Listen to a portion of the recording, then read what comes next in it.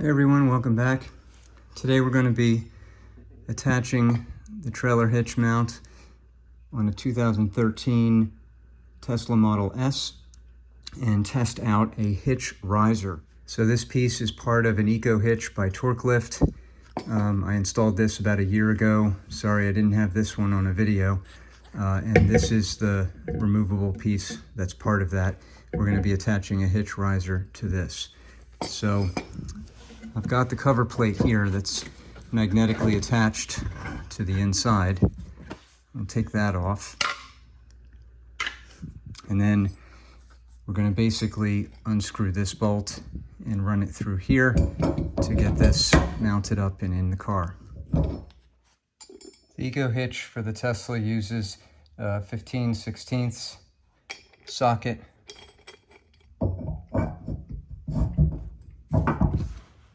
Once we get that in like that, just hand tighten this, make sure that we get the threads across.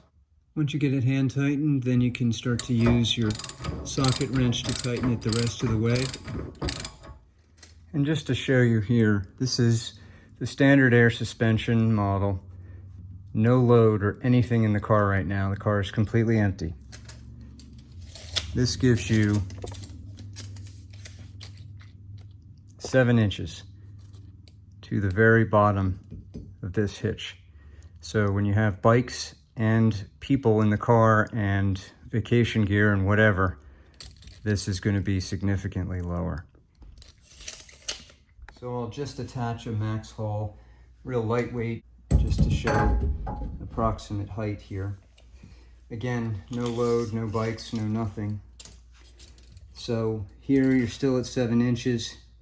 But when you start putting weight on this, this is going to come down even further. I'll show an image of the car fully loaded with a Yakima 5-bike rack mounted on this to show you how close the bottom fin gets to the pavement.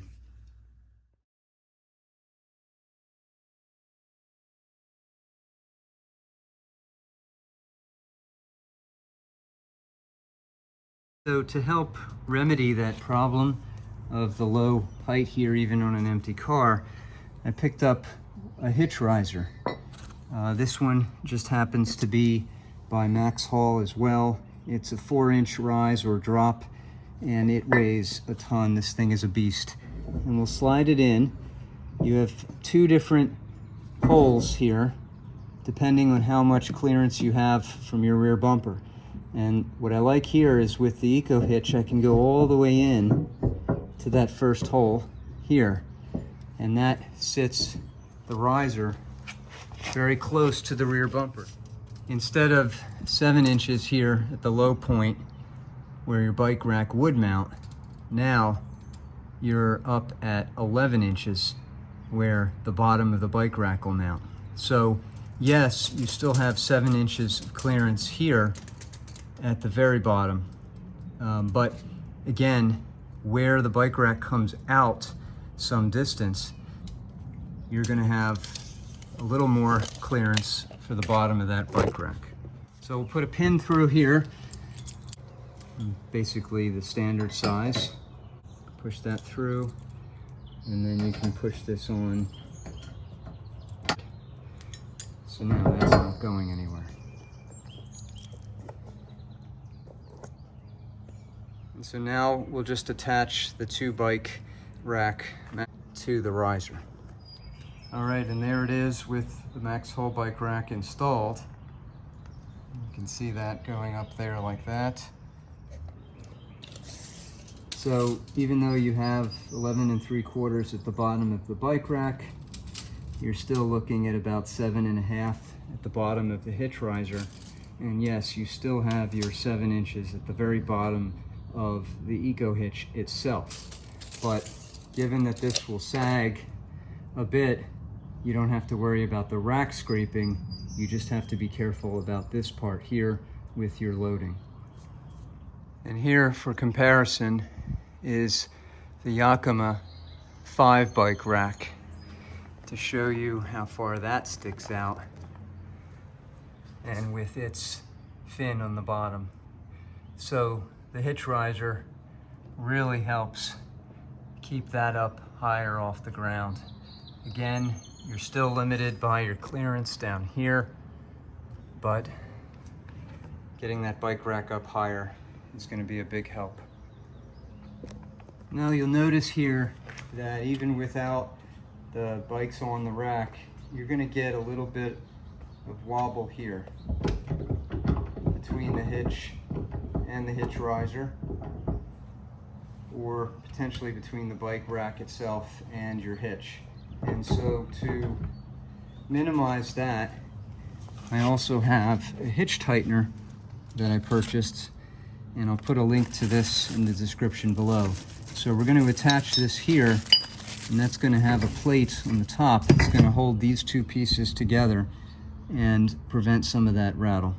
So in order to get the hitch tightener such that there's enough clearance for the bolt and bracket to fit here, I can't do it with the hitch riser in the all the way in position.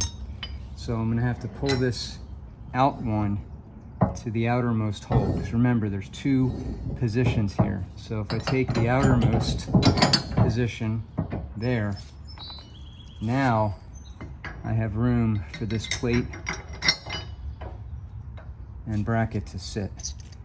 And so we'll lay the washer, the lock washer, and then put the nut on top.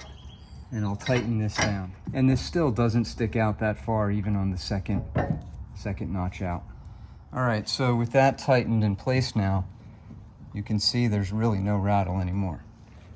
Okay, so this is the Yakima 5 bike rack. Get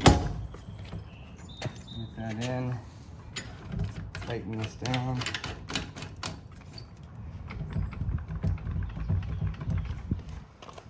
All things considered,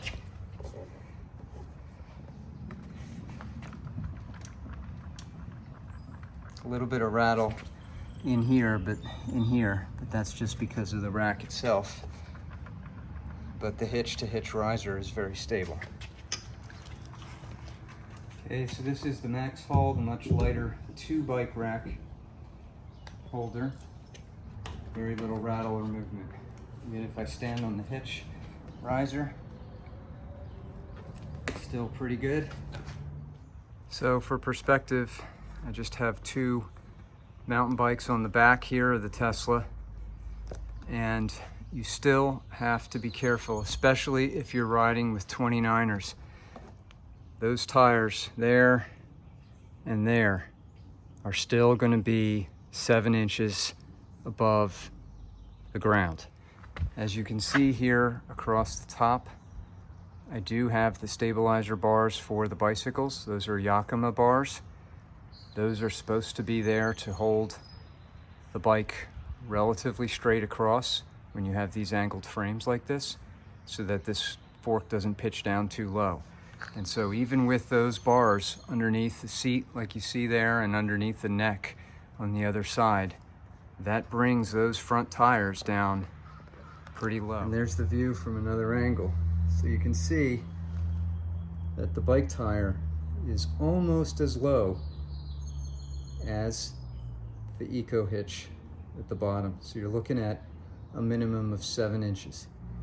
And so that could make a big difference if you're on an uneven road or anything where there's dips and valleys at intersections and so on. So something to think about. Now for comparison, here's that one Trek mountain bike. This is a 29er.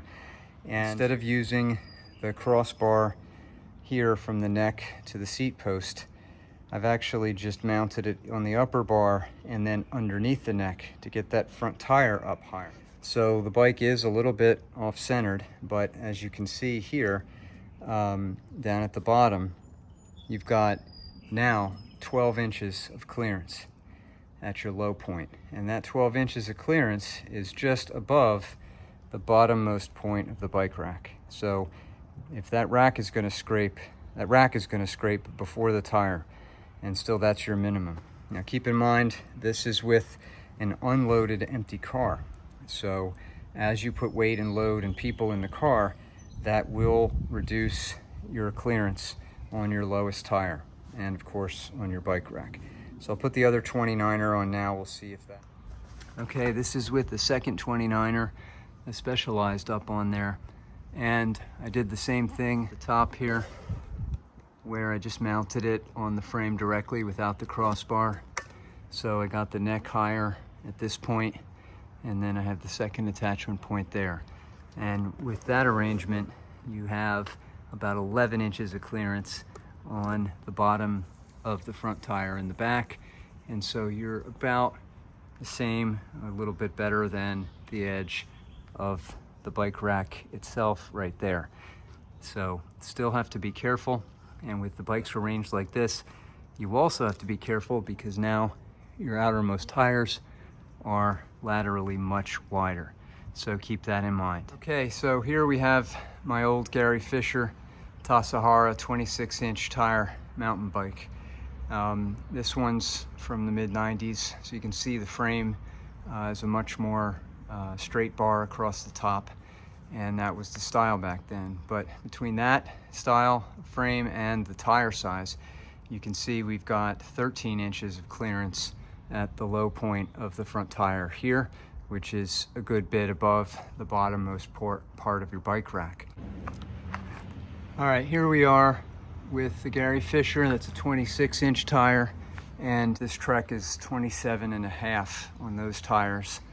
And you'll see there at the bottom of the left here, the front tire, that is about 14 inches clearance off the ground, which is significantly higher than the low point of your rack here. I think this is also workable. I think a lot of it is going to depend on your frame geometry, but let's try this with one other bike. So now I put on a specialized, more of a cruiser kind of road recreational bike. This one also has 27.5 inch tires, although they're thin. The bike's very light. Similar problem with the bike frame geometry here. If this was using the stabilizer bar across the top here, your front tire would be way too low. So I mounted it this way underneath the bottom part of the frame here, and then the top part over here, and it's stable and balanced. Now, as a consequence of that, we've got 12.5 inches of clearance down there on the bottommost tire, which is the Gary Fisher, the 26er on the inside, closest to the car. Now we're back to having no weight in the car at all, except for these bikes in the rack.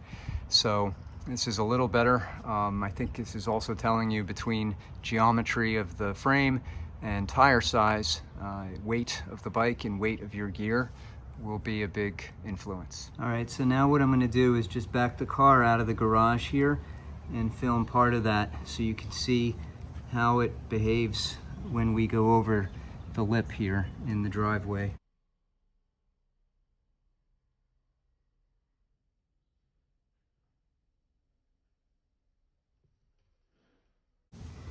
So here we're driving the car out of our driveway area, and you'll see over here there's a dip. And so I want to give you a measurement here of how low the trailer hitch is. Looking at about 3.5 to 4 inches there, and that's going to be the lowest point just driving over a moderate dip in the road. And if you have a car that's fully loaded, you're not going to want to be doing this fast. So you have to pay very, very close attention to every bump and dip on the road. Here we are from the other side. We're looking at, let's see here, 3.5 inches at the absolute lowest point on the hitch itself, and 4 inches at the lowest point on the hitch riser, and 7 inches at the low point, absolute lowest point of the bike rack itself.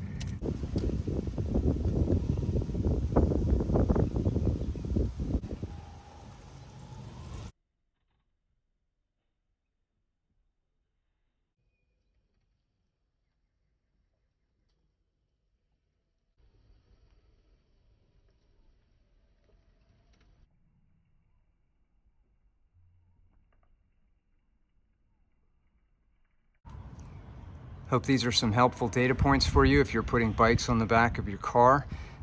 Thank you very much for watching.